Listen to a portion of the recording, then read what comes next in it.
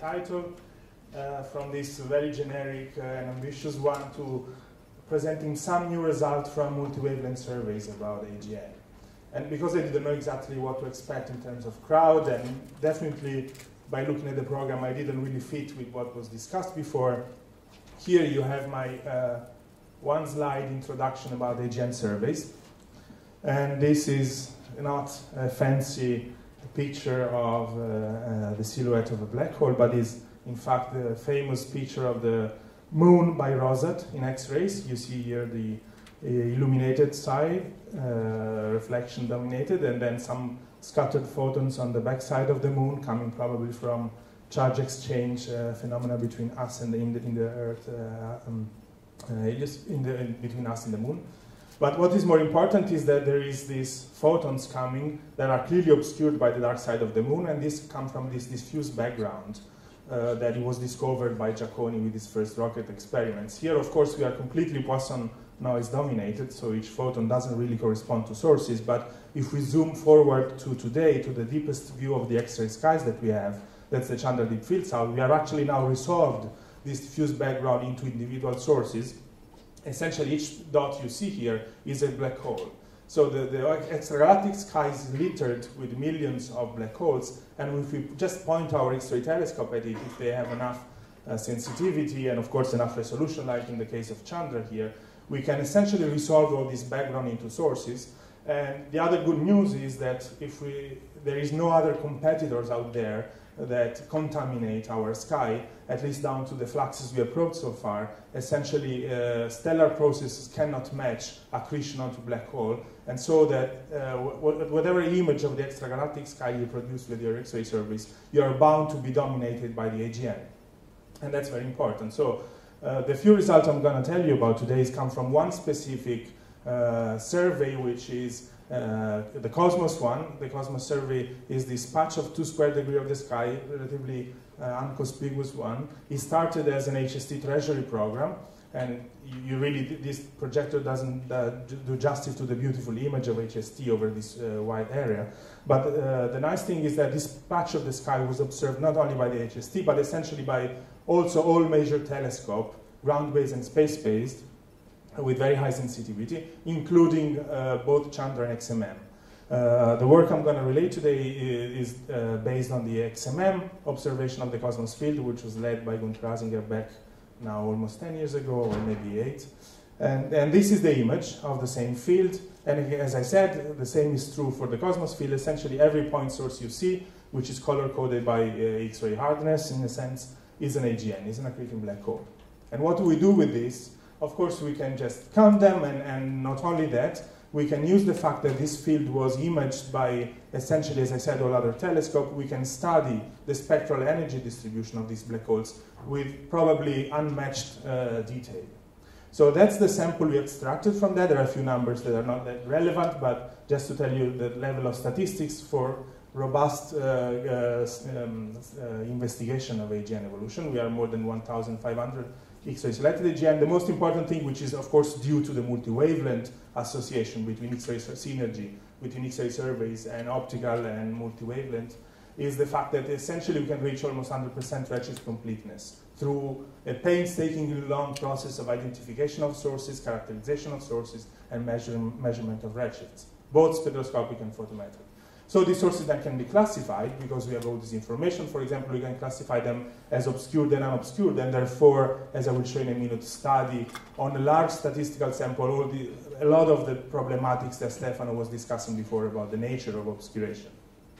And the other important thing that is relevant for what I'm going to tell you about is the fact that in the same field, essentially measured with the same instrument, we have the parent sample of more than 200,000 galaxies, for which we understand very well the selection. So we have like a big parent sample, and then we can tell exactly in which of these galaxies does the AGN happen, which of course is interesting if you want to answer a question like these ones.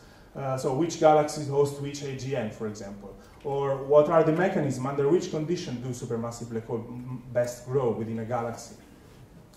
And of course, another hot topic that can be answered with this kind of big data set is, does the AGN activity affect the galaxy properties, at least at the population level, if not in each individual sources? So we look at things that the experts know, like color magnitude diagrams, or in general, we look for any sign of particular strong effect that AGN may have on their host galaxies. And in the end, we also can, as I said, discuss something about the relationship between the obscuration, which is a critical ingredient in any model for the nucleus of galaxies, and the property of the host galaxy as a whole. Of course, there is a whole bunch of very recent references, which is definitely not exhaustive, that have looked at the same questions with the same or other survey data, so it's definitely a very dynamic field. And as I said, I'm just going to focus on a few very specific results which are recently obtained by our group. Just one slide about methodology. I said that for each source we have a very good sampling of the spectral energy distribution. This is essentially optical near-infrared and optical near-infrared flux in lambda f lambda. Each of these individual black circles is an photometric observation from an optical telescope. So you see we sample very well the spectral energy distribution of all these AGN, and we do that in a sense blindly for all 1,000 and odd sources. On the top here you see some very generic way in which we fit this spectral energy distribution, and we decompose it into the nuclear light coming from the accretion disk and the AGN, and the rest of the galaxy coming from stellar process. On the top, as I said, these are broadline AGN, objects for which we believe we observe the accretion disk and the broadline region directly. And essentially, you can immediately tell that the spectral energy distribution needs this very blue-dominated, so-called big blue bump component. And then what is left after you fit that with a standard quasar or SCD is this pink component, which is stellar processes within the galaxy. When you have an obscured AGN, on the other hand, your AGN light is obscured, as I said, of course, and you are left with being dominated by the stellar light of the host in the bluer and optical bands, and only in the infrared does your emission is your emission dominated by the AGN itself. So in particular for this class of objects, which are the majority in any survey, unbiased survey of the universe, most of the objects will be obscured. For this object in the bottom, we can study very well the total spectral energy distribution of the host galaxy. So for example, here you see these two galaxies. They have very different relative contribution from old stars in the K-band versus the young stars, which dominates in these bluer parts. So this is a galaxy which is forming a lot of young stars, a lot of high star formation, and this is a passive old galaxy. So we can then plot the distribution of the essentially how fast the galaxy is building stars, which is its specific star formation rate. On each of these diagrams, on the right there is highly star forming galaxy, on the left there is passive galaxies, and we do it in different bins in redshift and stellar mass, from the most massive object down to the less massive object. In each of these bins we are complete. So our survey has identified all the galaxies more bigger than this one in that particular redshift range, so we are not missing anyone. And what this diagram shows is the histogram of the AGN hosts in red and the matched parent population in gray. And what we conclude is that there is very little evidence that the AGN populates specifically one particular class of galaxy, for example, the most highly star-forming, or the most star-bursting, or the most passive. We actually see them AGN populating all kinds of galaxies democratically equally. Then the other very, very simple thing we can do is just counting object in box. As I said, we have a complete sample of galaxy and a complete sample of AGN. So we can answer the very simple question, what is the probability of a galaxy of a given mass to host an AGN of a given luminosity? So in these three diagrams, just for these are three redshift range, but just focus on the central, which has the most object around redshift 1. So what this shows as a function of the stellar mass of the host galaxy here on the x-axis, what is the probability of that galaxy to host an AGN of, say, X-ray luminosity above 10 to the 44.5, so powerful quasars. And this is telling you that there is only 1 in a 10,000 galaxy of 10 to the 10 solar mass that hosts a powerful quasar, and this fraction goes up with stellar mass very steeply. So if you just define an AGN by the fact that it has a certain X-ray luminosity, it's much easier to find them in massive galaxies. This was known, but this probability of a galaxy to host an AGN strongly depends on stellar mass. This is an empirical fact. What you should be careful, however, is that this is not really telling you in which galaxies the AGN are growing faster. the relevant parameter for that is not just the X-ray luminosity, but the ratio of X-ray luminosity to the mass. So we can, because we don't have the measurement of black hole masses for this object, we can define a proxy for the Eddington ratio, which we call specific accretion rate, just taking our observables, which are the ratio, so the X-ray luminosity and the stellar mass of the host. So this specific accretion rate would be essentially tell you how fast the black hole is growing compared to its host galaxy. And so what you see here now, I'm doing the same exercise. I'm just counting how many objects in different bins of Lx over m star there are. But rather than plotting as a function of luminosity, then I plot this probability. So probability of a galaxy to host an AGN accreting fast or slow as a function of this specific accretion rate.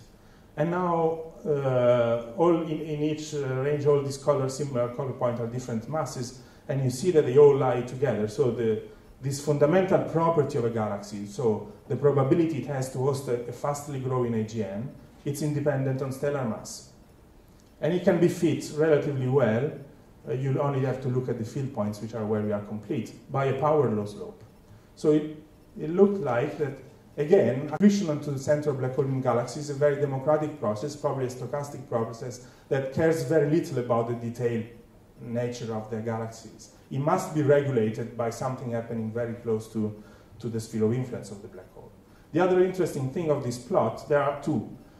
First one is that if you translate this specific accretion rate, assuming standard bolometric correction or relationship between the mass of the host and the mass of the black hole into an Eddington ratio, then the Eddington limit would be more or less where this dotted line is for standard values of the relationship between galaxies and black hole masses. And therefore you see that all the points where we are probing the super Eddington regime lie quite well below the extrapolation of the low Eddington ratio population, which is what you would expect if the Eddington limit for the population was valid. So in a sense, what this is telling you is that it is less likely for a galaxy to host a super Eddington black hole, because there must be some natural process that prevent, to a large extent, this to happen. As you see, they are all below the extrapolation. And the second point is that the normalization of this distribution strongly increases with redshift. So even if I said that the process that triggers activity in the black hole seems to care very little about the detail of its individual host, overall in the history of the universe, this seems to be something that is statistically more likely to happen as we go to higher and higher redshift, at the same time when most stars were forming and all the universe was more active in general. So it's, again, maybe not a big surprise. So I think I've got 5 minutes, and I will talk about obscuration in the last 5 minutes and the relationship between the obscuration classification and other properties of the host. This is a plot which has been shown before today, not exactly the same, but the version of it is nothing new. So as I said, we can count how many obscured AGN and unobscured AGN there are in our sample, and if we just count, we plot as a function of X-ray luminosity the fraction of AGN which are classified as obscured from their optical properties, then we see that this fraction increases very strongly with lower luminosity. Each of the different colored curves represent different redshift range, but to help you see exactly what's going on here, I plot the obscured AGN fraction in different luminosity bin as a function of redshift. Just to emphasize, the big question is there any redshift dependence of this obscured AGN fraction? At least as far as this obscured AGN definition is concerned, there appear only to be a marginal increase in the obscured AGN fraction at the highest luminosities, but very little at low luminosity. So again, this is not new. What we can do, which is new, is again take advantage of the multi-wavelength coverage of the cosmos field.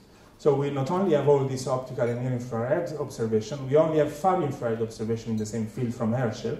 And far-infrared is very good because it's only sensitive to cold dust, which is heated by star-forming process, not by AGN. So it's not contaminated by our AGN. So for each of our type 1 and type 2, as a function of whatever you want, in this case I plot as a function of X-ray luminosity, we can plot the ratio of the average star formation rate derived from the Herschel stack observation of the type 2s divided by the average star formation rate of the type 1s across our sampled redshift and luminosity. And what you see essentially is that there is no difference. Again, the star formation properties on average of the type 1s and the type 2 are the same in this sample, which suggests to me that whatever is producing the obscuration and making this discrimination between obscured and unobscured AGN really, to the first order, is not affected by the property of the galaxy on larger scale, but probably dominated by the parsec scale or even sub-parsec scale obscurer that Stefano was talking about before. And talking about that, I just want to close with this, which is still a bit of a puzzle to understand, but I think it's quite interesting. So far, I've only mentioned obscuration classification based on the optical properties of the object, but because we have XMM observation, we can look at the X-ray spectra, or at least at the X-ray hardness ratio, and we can classify the same object in another way, just based on their X-ray spectra. So we have now two ways of classifying the same AGN. It has either been obscured in the optical or in the X-rays. And so the whole parameter space can be split up in 4 families. So the red object, here are plotted, their fraction is plotted as a function of X-ray luminosity. The red object are the ones which are classified as obscured both from your X-ray spectroscopy and the optical spectroscopy, or optical SED. The blue ones are the ones which are classified as unobscured from the X-ray and the optical. The sum of these two, which are well-behaved families, is about 70% of our complete sample. So about 30% of all AGN that we know in this complete sample in the universe have a mismatch in their classification. So there is something weird going on in the obscuration, probably something weird going on in the properties. And we therefore define 2 new classes, not new, but 2 different classes. These yellow ones are the ones which are X-ray type 1s. They don't have sign of obscuration in X-rays, but they don't have any broad line in the optical. And the opposite is purple, will be objects which are obscured from the X-ray spectra, but they have broad line in the optical.